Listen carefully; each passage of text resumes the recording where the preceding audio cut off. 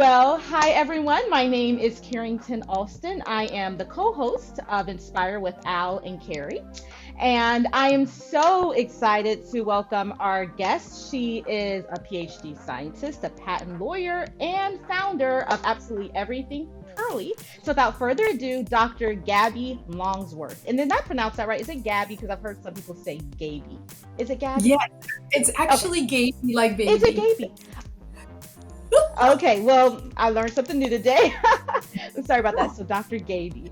All right. Well, first, I kind of wanted to start at the beginning. I know that you were born and raised in South America. So, I would love to know what that was like and how your transition to America and go from there. So, I mean, North America, obviously.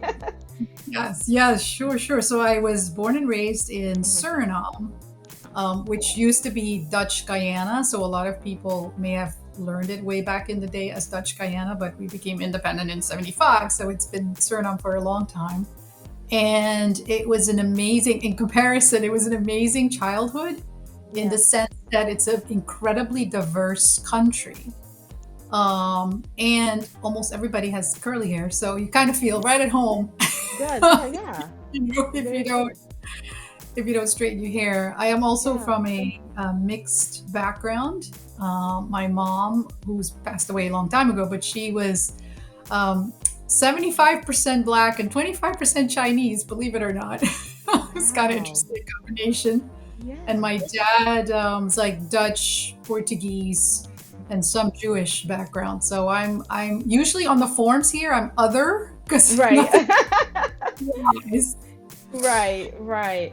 Um, Wow. So, how do you think that shaped? Did that have anything to do with you in the future wanting to get into curly hair, natural hair, get into the beauty industry? Did that have Honestly, anything to do with it? no, not Mm-hmm. not really. I was when I came to the States at age 19 for college. My Mm-hmm. parents had no money, by the way. They managed to scrape together a couple $1,000, and Amazing. luckily I was able to find a job.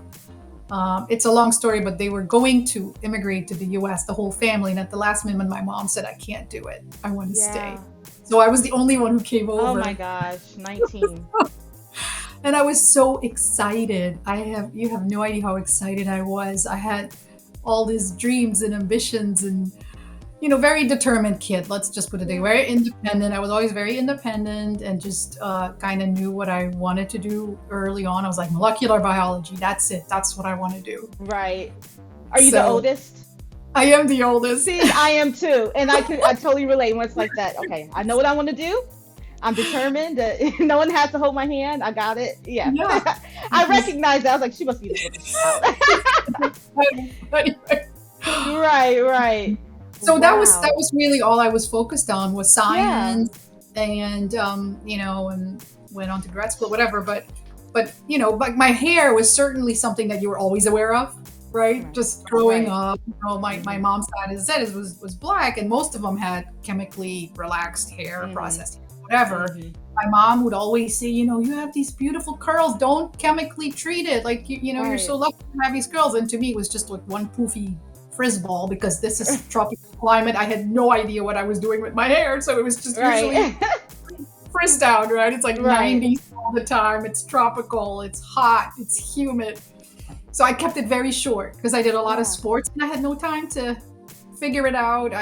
Just had nobody knew really how Yeah. to what was best for curly hair. But that's sort of how I remember things were as a kid, and then Right. coming here trying to fit in. So I started Yeah. chemically Mm-hmm. treating my hair.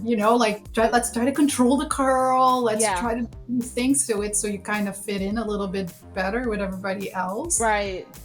And I And also Haiti. find, oh no, I'm sorry, keep going. No, I'm sorry. I was going to say No, no. I didn't like it, but I felt like I didn't have a choice. Like how Right. I didn't know what to do with my hair. I hadn't figured it out yet. That yeah, I trust me, I can relate. But you come to America at 19. I don't know the timing of it, but I'd imagine that kind of with what you said, because I noticed that in our culture, I feel like there are seasons where it's like cool to have natural hair, and then there are seasons where it's in to have straight hair and all of that. And so I'm sure you kind of were just trying to figure out. And then you're also trying to assimilate into American culture and fit in. And you're Exactly. 19. So, wow. So, so you get here at 19. What did you start doing? Did you immediately go to school or how did that? Immediately, immediately went to community college because that's all Yeah. I could afford. Mm-hmm. Immediately found a job. Literally I had to get a driver's license. Like forget learn how to drive and get a driver's license. While Yeah, that part. my friends brought me over before they left because they could drive. So I literally had 2 weeks. I had to learn how to Wow. drive, get my driver's license, and then I got that. And as soon as I got that, I got a job at like McDonald's, Yeah. Just worked basically. your way up. Wow. And that's all Wow. I did was school work, Mm-hmm. school work, school work. That was just sort of my world. Oh my goodness. You just got to do what you got to do. Wow, wow. So you're doing this, and how'd you know you wanted to get into the field of into being a scientist, into that field? Because is that what you started off initially with? So I started off molecular Okay, biology, got but I it. once I got my bachelor's, I was Hmm. thinking, well, either I go work in a laboratory or I get a master's because that's sort of what Hmm. everybody did. And to this day, I thank my professors who I was doing some research in their lab in as an undergrad, and they said, "Gaby, you need to go to grad school, get a PhD." And I was like, "Me?" It just never occurred to me that I could Hmm. do that. It just seemed like out of my reach. Right. So they kind of put that seed there, and I really thank them. It's just the influence of good advisors and mentors, right, in your life, that they saw in me what I didn't see, Right. and and that's what I studied for the GRE. I applied Hmm. to all these schools that my dad had always said growing up. Oh, Gaby's gonna go to Yale or Princeton or whatever, Yeah. and I always laugh, but I kind of listened to him at the same Hmm. time. Like I was dreaming, right? I'm dreaming. We had no money.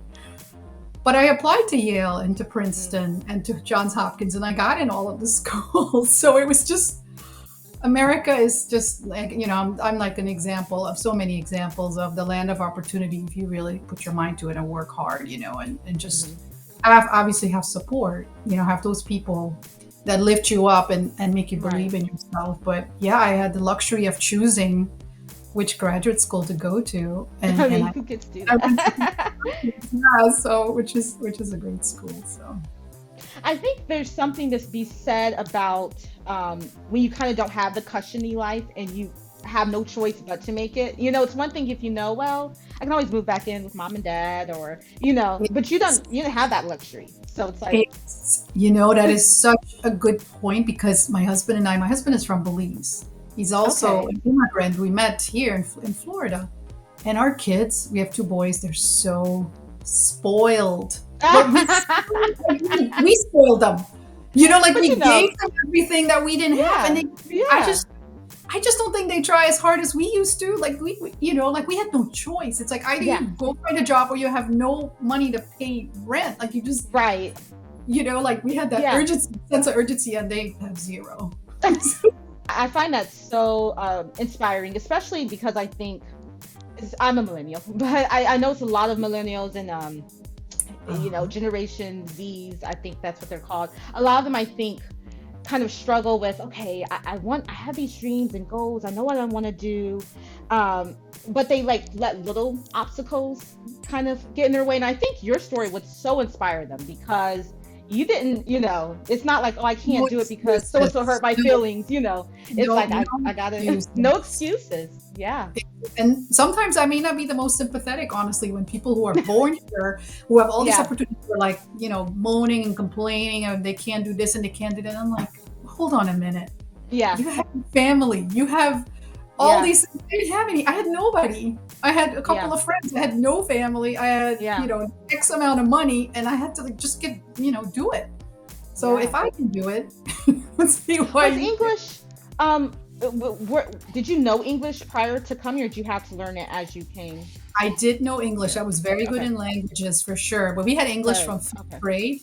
okay, So which is another thing that I think the US needs to do better on is like have yeah, kids from kindergarten with a language that they need to continue through high school. Everybody should yeah, know another language, right? Just off the yeah, bat. But yeah, so at least I had that working knowledge. I wasn't very good speaking English, but I could read and write really well. Hmm. So that took a little getting used to Yeah. because I would translate straight from Dutch into English, which sounded really weird. But Well, in school, were you, because I imagine whenever I see people who are in the field of science that they're just great at that in school, that was their thing. Was that you? Like, did you love science, math, all of that? Or, yeah, I good, did. good, good, I was a very good student. Yeah. good. Well, see, I hope some young people are watching that even what you do in middle school, high school, it all kind of counts and adds It all up. counts. It all counts and adds up. Absolutely. And doors will open. Yeah, Doors will yeah, yeah. show that dedication, that grit, and that ambition, Hmm. you know? Hmm. So, okay, so I know you got your doctorate in science. Which Yeah. field? Human genetics and molecular biology. Got it.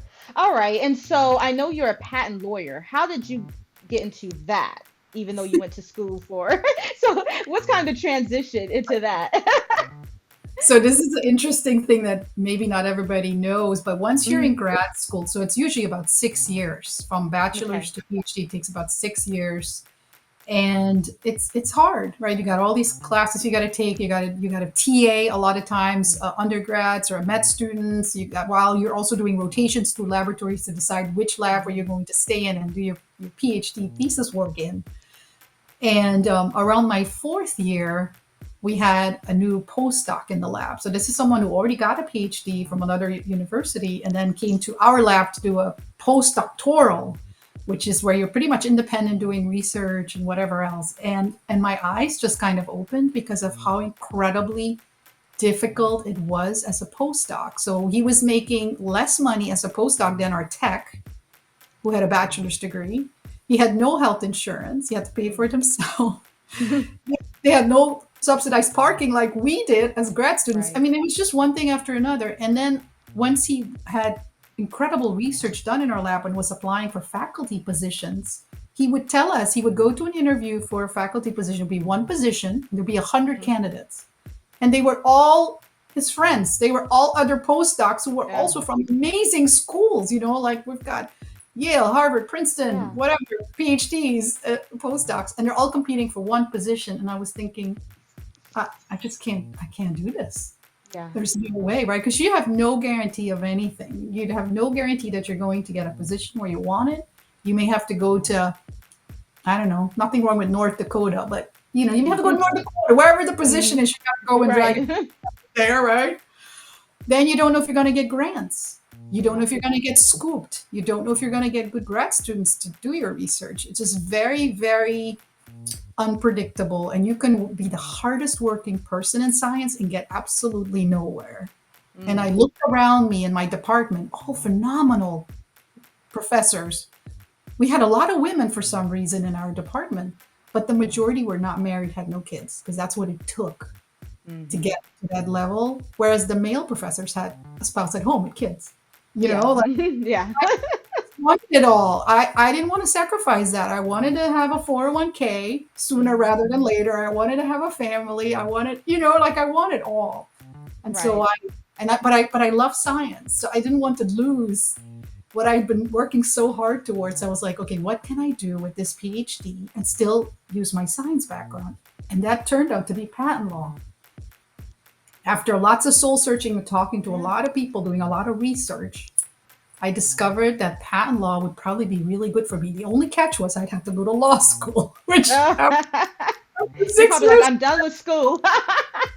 yes. So it was kind of like, okay, my friends my friends in grad school are going to do 4 years of a postdoc because it takes about 4 years postdoc, one postdoc. Sometimes I have to do two, and I'll do 4 years going to law school in the evening while I'm working during the day at the law firm that I was going to start at.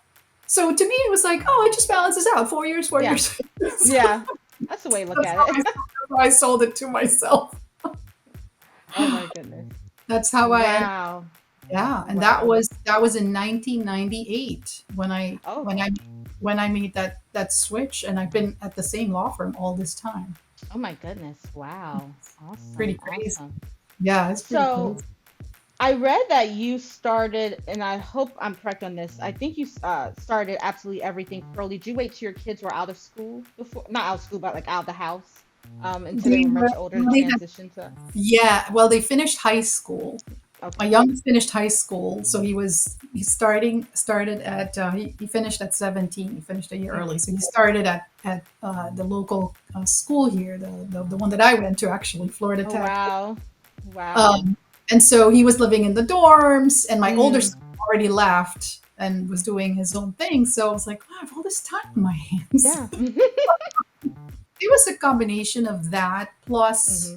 COVID. I used to Hmm. travel to work a lot. Like every other week, I was on the road going somewhere, Hmm. Yeah. and COVID stopped that. So I had a little bit more time on my hands, and I just started doing a lot more research and figuring things out. And then once I figured it out, I was like, I really want to share what I learned Yeah. because I was there. I was clueless trying to figure out how to get my hair to behave and look professional, curly. Right.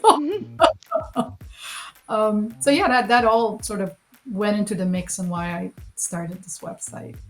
Yes, and I love it. I went to it and I was just kind of perusing it. And what I love, first of all, you don't have 60 million ads. I mean, because sometimes that's a frustration if I'm like trying to find like, recipes somewhere. I'm like, oh my gosh, I'm trying to like exit out and all of that. It's very, it's very clean and very professional. And it seems, Yeah. and you could probably explain more about it, but it seems like it's just kind of a place where you can go for resources on how to deal with different textures. And so like a one place, one shop, one place for everyone to kind of figure out what Yes. works for their curls. So you could probably, I would love for you to expound on that some more. And Yeah, no, I really appreciate you going to the site and making the comment that you did because this was exactly my frustration with other sites, which may have great information, but the ads and the pop-ups and the it's so difficult to navigate. You just get a little frustrated, and I wanted something really clean where also I'm completely unbiased. I'm not sponsored by anyone, so I don't have to yeah, promote any particular product because I have no skin in the game. I just want to give yeah, the neutral, unbiased, I best love advice. that. I love that. I see so many influencers. I'm not trying to be critical, but they'll say, "Oh, this is my favorite shampoo," and then literally like 2 weeks later, "Oh, this is my." Well, I'm like, "Now how do you have this many different favorite Exactly. shampoos in one month?" So it's like you Exactly. could totally tell it's sponsored and just doesn't feel authentic. And then you just the No, trust is not there. It's like, well, I don't really. and I know you're doing this for yeah.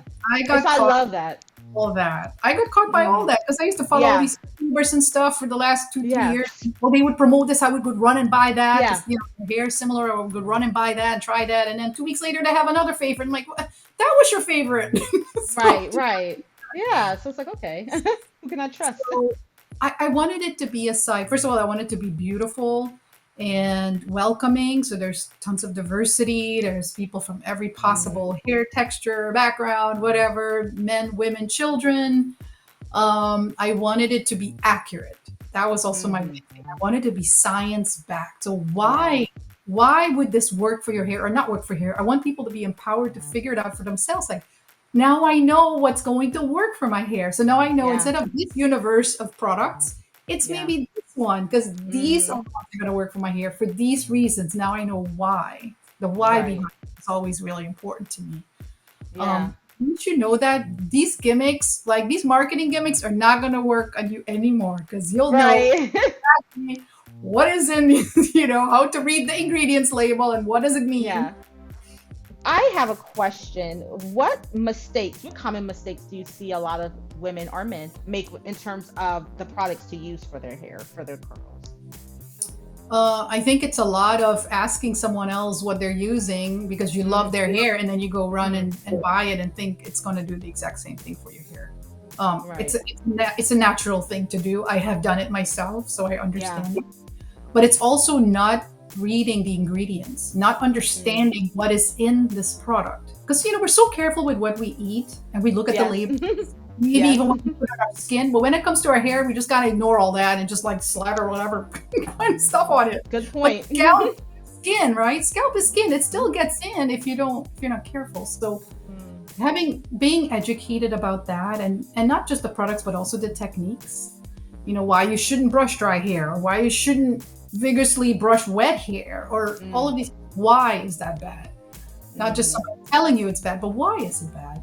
And it's Right. only bad if you have a certain hair type, maybe, because if you have very healthy, strong, thick hair strands, you can take a whole lot more than someone with very thin hair Yes. strands, right? Right. So it's night and day. The same advice does not apply to everybody. Some things Yeah. apply to everybody, but a lot of it doesn't. So I think those are the most common mistakes. Um, Got it. Yeah, I'm gonna definitely because I saw the quiz. I'm like, okay, I'm gonna take some time and I'm gonna take this quiz and really be able to focus on it because I want to do it for me and my daughter because we both have very thick hair. Kind yeah, of some may say coarse. It is curly, and I've tried to do the whole wash and go thing, but the problem is when it dries. 'Cause when it's wet, everyone's like, "Oh, that's so. You should just wear your hair like that." I'm like, not seeing it when it dries. It's hard to manage. When it this, dries, I'm like, this, you are exactly where I was. I was yeah, like, can I okay, my hair just stay wet? Because I love how it looks when it's wet. yeah, yeah. I didn't, but then I've learned, so now I can literally wash my hair once a week on Sunday usually, and it will stay like this all week because I Wow, know because your hair is what beautiful, by the way. I was just staring. I'm staring at it the whole time. and I am having a real challenge because I have like the gray, which is a different porosity than the colored parts that I'm growing out. So I have like a whole lot of stuff going on, but you can The still gray's with the right, beautiful. Yeah. thank you, with the right products and the right techniques, it should last at least 5 days. You know what? I'm going to. I'm convinced because for so long I was like, you know what? I'm just not going to do that anymore. And I don't have relaxed hair, but I do get it like blown out, and it's just like a silk Very press. healthy, very, very healthy. Exactly. And you Thank could you. still, you have versatility. Yeah, Some weeks you may want to just be natural curly, other weeks you want to blow yeah. dry. You have that Because the blow ability. dry, just wrap it and so that's really one of the reasons I haven't really done the curly all the way, the managing it. Like I'm like, I can't do this. I have two young kids. I can't spend in 30 minutes, an hour trying to do something with it every morning. Me neither. Me neither. I Yes, really don't have time and I have no patience and I exercise every morning and I could still look like this all week. So, that part. Yeah. yes. You know what I used to do before I figured it out? I would have to wet it every single morning. uh, Put the product in, go yeah, try to dry it halfway because my hair's yeah, so thick. I can't blow dry it. So that's why I never did straight because I can't yeah, blow dry yeah. my arm would fall off. Right, Right. especially when it comes to products. So the other thing that's on the website that you may have seen, I have these ultimate guides in the shop page. So the whole thing with the I saw website is that. instead of having pop-ups and sponsors and all Mhm. of this other stuff, I didn't want any of that. I just wanted to be a subscription model, which is why Mhm.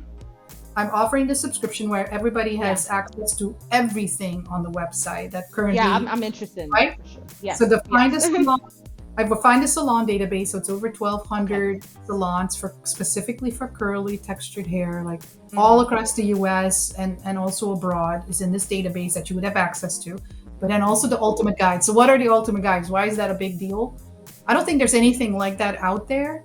And what I Mhm. did is I had put together this database of there's probably who knows how many hair products are out there, but we have a big chunk of them, like over 7,000 in one database by ingredient so I can search it.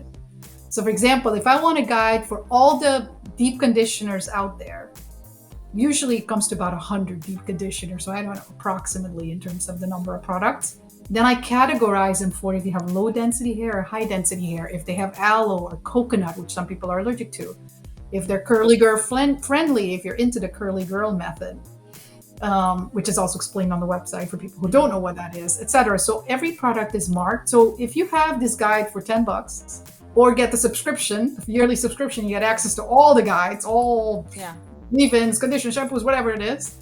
You can easily go through and based on the ingredients which you would have learned from the website, you will know Mhm. which products are the ones that appeal to you, have the ingredients that you want, that would be good for your hair, and take the whole guesswork out of it.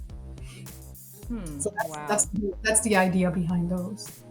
Or you could just share from your heart anything that you think anyone needs to hear that could kind of maybe put some fire underneath them. Like if they have some goals and dreams they want to do and they're just like, I don't know, I don't know. Do you have anything to share with the audience?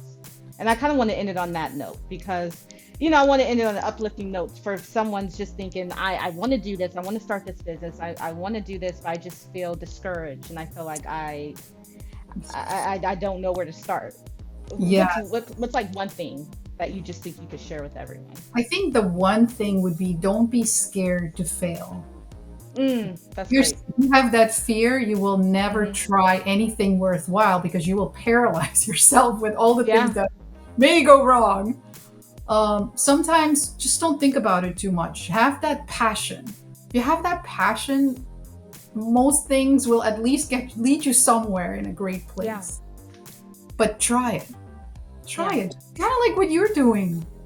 I don't know, maybe Yeah. for you, maybe that's also, like a scary place, but you're Yeah. doing it. You're doing it. Thank you. Thank you. That's my No, perspective. that's encouraging. Thank you. Thank you. I appreciate that. Yeah. Yeah. I totally agree. I should just step out and do it. And Just do it. because everyone's going to have a moment, you know? Right. What's the worst that can happen? You failed. Okay, fine. Yeah. You will have still learned.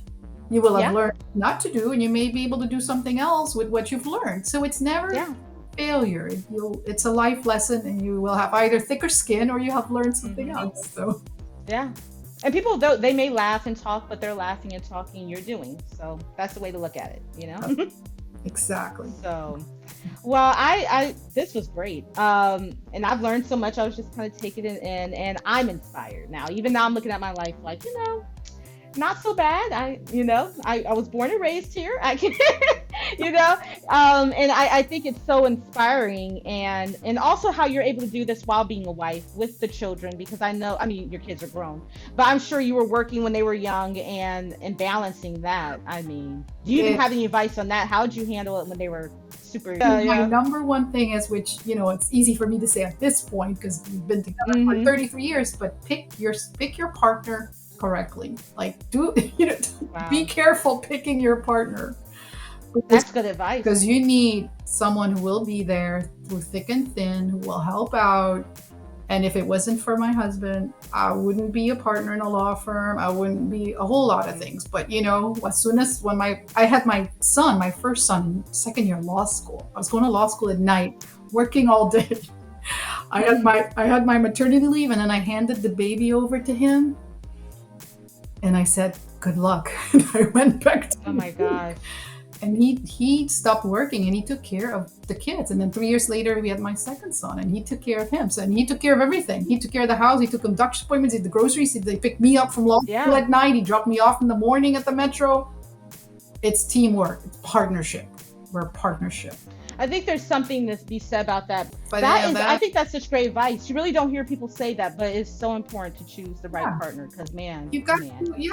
I mean, don't be businesslike about it, of course, but you gotta be Right. aligned. You gotta have the same values, or Yeah, yeah, that yeah. never gonna last. There's gonna be no foundation. You need the foundation of shared values, and do your homework and ask those questions and make sure you really know Oh, each for other's sure. values. Well, thank you so much for joining us. Thank And you. I am definitely going to subscribe. This was great. Yeah, yeah, yeah. So I'm inspired. So thank you again. Thank you. Thanks so much.